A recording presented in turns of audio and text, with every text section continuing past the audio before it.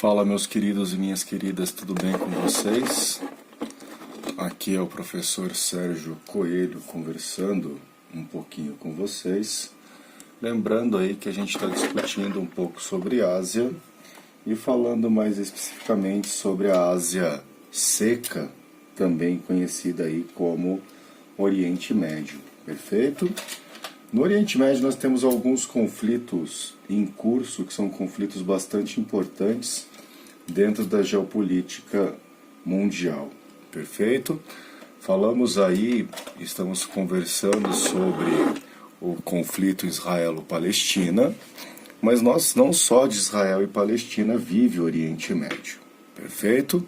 Nós temos aí alguns outros pontos importantes. O primeiro é a discussão sobre o Irã. Tá? Discutir um pouquinho essa potência regional conhecida como Irã. Primeira coisa que a gente tem que lembrar é que nós falamos também aí sobre as nacionalidades e os povos e etnias do Oriente Médio. O Irã, diferente do restante do mundo árabe, ele vai descender da antiga Pérsia. Então, pensar no iraniano, pensa num descendente direto dos persas, perfeito? Outra grande diferença no que a gente fala de Irã é que é um país de maioria xiita. Lembrar que os xiitas nada mais é que uma ramificação do Islã. E aí, de forma bem simples, retomar essa ideia com vocês. Quando nós falamos de xiitas, nós estamos falando da mistura entre o líder religioso cumprir também um papel de líder de Estado. Tá? Então, a mesma pessoa é líder da religião e líder do Estado, perfeito? Entretanto, o Irã, pós Segunda Guerra Mundial, ele vai ser um grande parceiro norte-americano. Como assim um grande parceiro norte-americano? No transcorrer da Segunda Guerra Mundial, nós temos um golpe no Irã, e esse golpe vai depor o antigo Shah. Tá? Então, quando a gente fala de Shah, nós estamos falando da figura de um rei. Perfeito? Então, o rei anterior, favorável às políticas britânicas, dá espaço a um novo rei, no caso o filho, tá? Assume o lugar do pai. E esse novo Shah, é o Reza Pahlavi, ou Mohammad Reza Pahlavi, ele vai se alinhar aos Estados Unidos da América. Inclusive, um assunto bastante importante para vocês, o Reza Pahlavi, da tamanha proximidade com os Estados Unidos, ele dá início a um programa nuclear.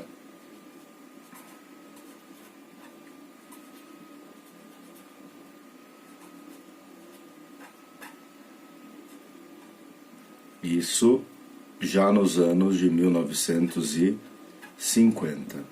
E esse programa nuclear iraniano vai ter apoio dos Estados Unidos. Guarde essa informação porque ela vai ser bastante importante daqui a pouco, perfeito? Entretanto, mesmo sendo parceiro dos Estados Unidos, esse novo Shah, ou seja, o rei do Irã, ele promove um grande descontentamento da população. Então vamos pensar aqui que há um descontentamento da população. Então o rei, ele vai levar a um descontentamento da população. Por que esse descontentamento da população, gente? Ele estava transformando o Irã num pedaço do Ocidente. Então esse rei também promove o que a gente conhece como uma ocidentalização. E em cima dessa ocidentalização e do descontentamento da população, em 1979 o Irã passa por uma revolução islâmica. E aí eu vou colocar o nome do cidadão aqui para vocês, bastante importante. O primeiro título dele, o Ayatollah, é o líder máximo da religião islâmica xiita, Khomeini. O Ayatollah Khomeini, ele é o líder religioso que promove esta revolução islâmica. Se o problema principal do Irã diante a população aqui era exatamente a ocidentalização, o Ayatollah Khomeini ele vai assumir claramente uma postura anti-ocidental. Inclusive, não somente anti-ocidental, mas anti-Israel. Perfeito? Sendo anti-Israel, anti-Ocidente, ele vai nacionalizar os hidrocarbonetos, ou seja, principalmente o petróleo do Irã, que estava na mão de empresas norte-americanas, e também as reservas de gás natural. No que toca ao petróleo, gente, em 79, outra informação bastante importante para vocês aí, nós temos o segundo choque internacional do petróleo. Tá? Então aqui vocês vão lembrar do segundo choque do petróleo.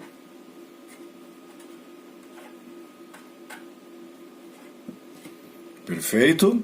Esse segundo choque do petróleo traz um impacto muito grande na economia mundial durante os anos 1980. E instaura uma teocracia, ou seja, tel vem de Deus, cracia, governo. Ou seja, o Irã pós-revolução islâmica assume claramente uma postura teocrática, ou seja, a mistura total da religião e do Estado. Perfeito? A religião é o Estado. Maravilha? E obviamente que isso causa um problema muito grande na região do Oriente Médio para os interesses norte-americanos. Vamos fazer um salto um pouco grande, daqui a pouco a gente volta. Em 2005, e aí bastante importante algumas datas no que a gente fala de Oriente Médio, uma está aqui, ó, tá? Então vocês nunca esqueçam de 1979, por conta do segundo choque da Revolução Islâmica do Irã. Outra data importante é anterior à de 2005, que é 2001. E aí aproveitando, principalmente a partir do dia 11/9/2001, o famoso ataque às Torres Gêmeas. Vamos falar disso nos próximos vídeos. Em 2001, o Irã ele vai ser incluído no que a gente conhece como o eixo do mal. Perfeito? Não se preocupem ainda em entender o eixo do mal, mas ele vai participar aí do que é classificado como eixo do mal. E como forma de proteção, o Irã vai retomar o programa nuclear iniciado na década de 50. Porque quando o Irã assume essa postura anti-ocidental, o apoio americano para esse programa nuclear é abandonado. E o Irã abre mão temporariamente do programa nuclear. Em 2005, como membro do eixo do mal e como forma de proteção, o Irã vai retomar esse programa nuclear declaradamente para fins medicinais, medicina nuclear,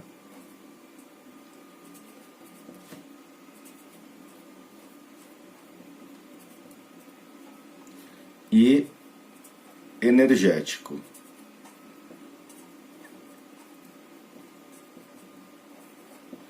Só que isso causa um problema seríssimo, gente, porque é um risco para os Estados Unidos de mais um país historicamente avesso às políticas norte-americanas buscar esta arma, ou essa possibilidade de um armamento nuclear. E tamanha preocupação mundial, durante o governo do Barack Obama, os Estados Unidos, junto com a União Europeia, conseguem firmar o Acordo de Viena, onde o Irã abre mão totalmente do seu programa nuclear militar, inclusive com financiamento e apoio norte-americano. Tranquilo? Nesse acordo participam os 5 membros do Conselho de Segurança da ONU, mediado aí pela Alemanha. Perfeito? Ou seja, as coisas estavam acalmando. Só que em 2018, nós temos a figura do Donald Trump, presidente americano, e o Trump retira os Estados Unidos desse acordo.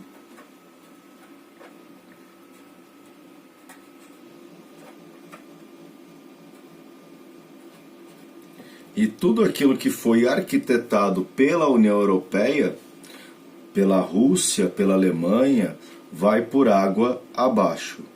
Tudo bem? E o Irã volta a ser classificado como um grande risco para o Oriente Médio. Sobretudo, vale lembrar aqui que o Trump também é favorável à política israelense. Maravilha? Tranquilo isso aqui? Então fique muito atento a essa data aqui e a questão do programa nuclear iraniano. Maravilha?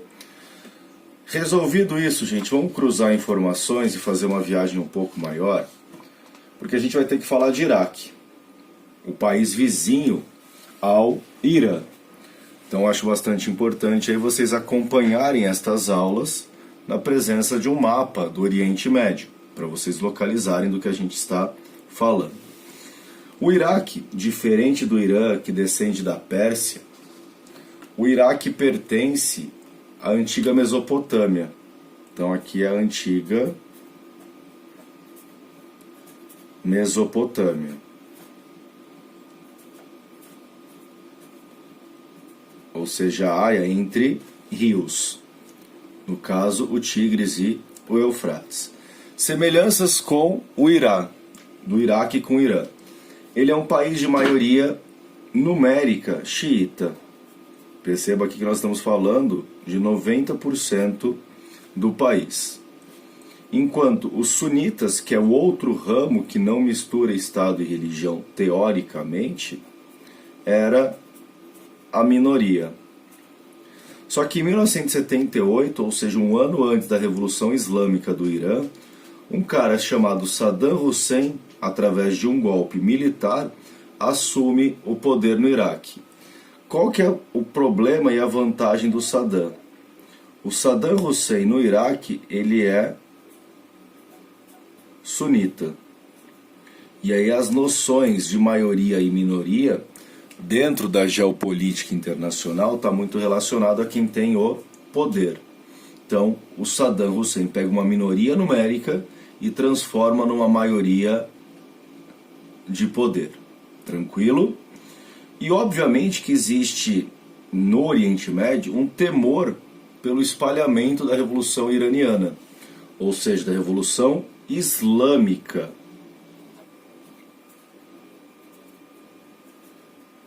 Do Irã. E por medo desse temor, aproveitando Saddam Hussein, um sunita, num país de maioria xiita, é colocado em xeque a disputa pelo Shatt el-Arabi. Lembra do Shatt el-Arabi? Que é a junção do Tigres e o Eufrates, que deságua no Golfo Pérsico. Disputa entre quem? O Irã e o Iraque. Plantam uma sementinha na cabeça do Saddam Hussein, falando assim, ó, o Irã quer pegar o Shatt el-Arabi. que é a única saída pro mar do Iraque. O Saddam Hussein, sedento por poder, falou que, opa, a melhor defesa é o ataque. E aí o Iraque, em 1980, vai atacar o Irã, dando início a este conflito aqui, que é a guerra do Irã e do Iraque. O Iraque indiretamente consegue apoio dos Estados Unidos, tá? Então entra aqui um apoio norte-americano.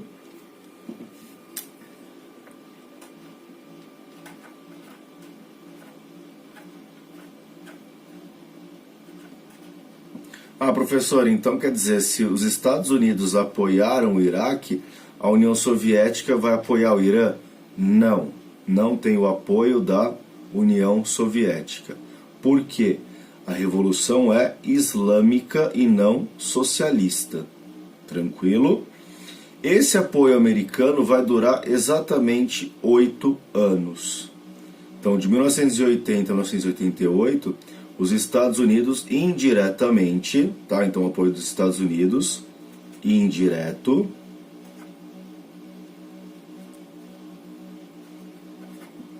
ao Iraque. Uma guerra que termina sem vitoriosos. E eu sempre enfatizo quando eu falo disso, gente, é sem vitoriosos como? Nem o Irã, nem o Iraque venceram. É uma guerra que destrói tanto o Irã quanto o Iraque. Professor, se destrói os dois, então, vocês são crianças inteligentes, vocês sabem, né? Quem foi o grande vencedor disso?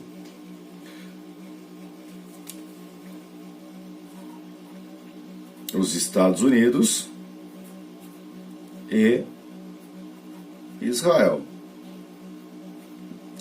Você não consegue espalhar a Revolução Islâmica, mostra que essa via de revolução é ruim e impede o desenvolvimento do Iraque.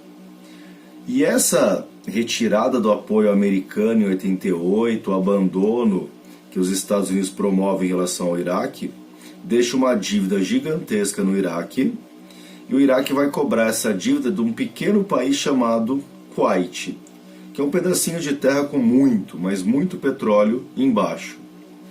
E o Saddam acha que o Kuwait é um território iraquiano e vai invadir o Kuwait, não só invadir, mas também anexar.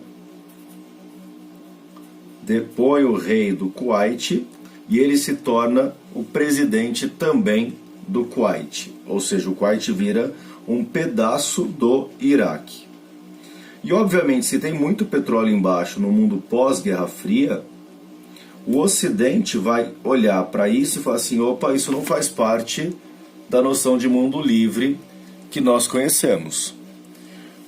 Surgem as forças de coalizão. Estas forças de coalizão, na sua maioria, tropas americanas. Existe um filme bastante importante para vocês, chamado Soldado Anônimo.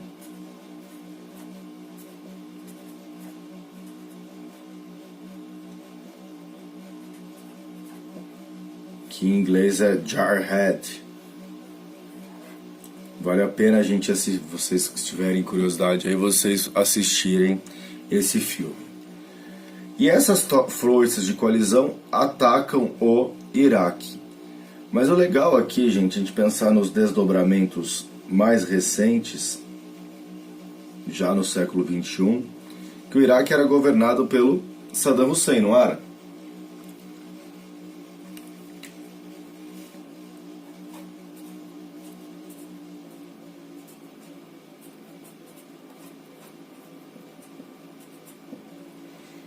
E o Saddam Hussein passa muito rápido de um herói norte-americano para um grande inimigo dos Estados Unidos.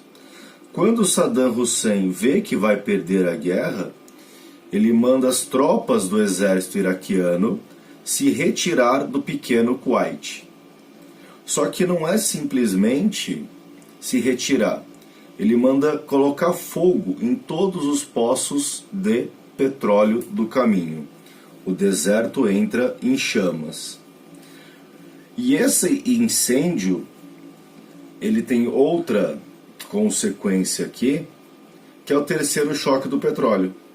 Então, 1991, 91, nós temos o terceiro choque do petróleo. Tranquilo? Ponto 2, de consequência aí. O massacre de curdos e xiitas. O Saddam Hussein manda o seu primo Ali, o químico, exterminar os curdos e os xiitas dentro do Iraque. Um genocídio, gente.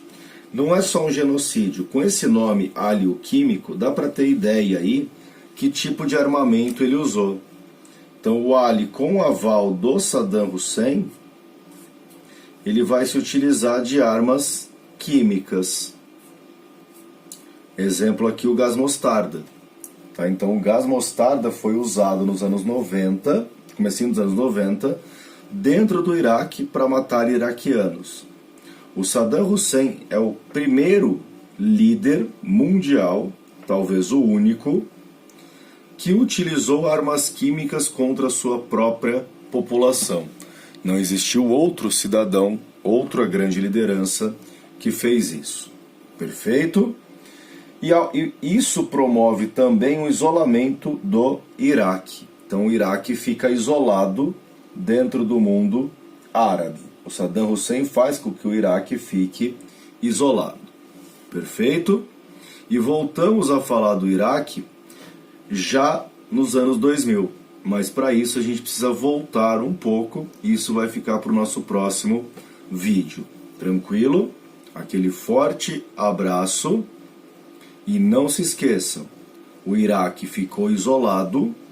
Entretanto, o sentimento anti-ocidental ganha bastante força dentro do mundo árabe. Perfeito? Aquele forte abraço novamente e até a próxima.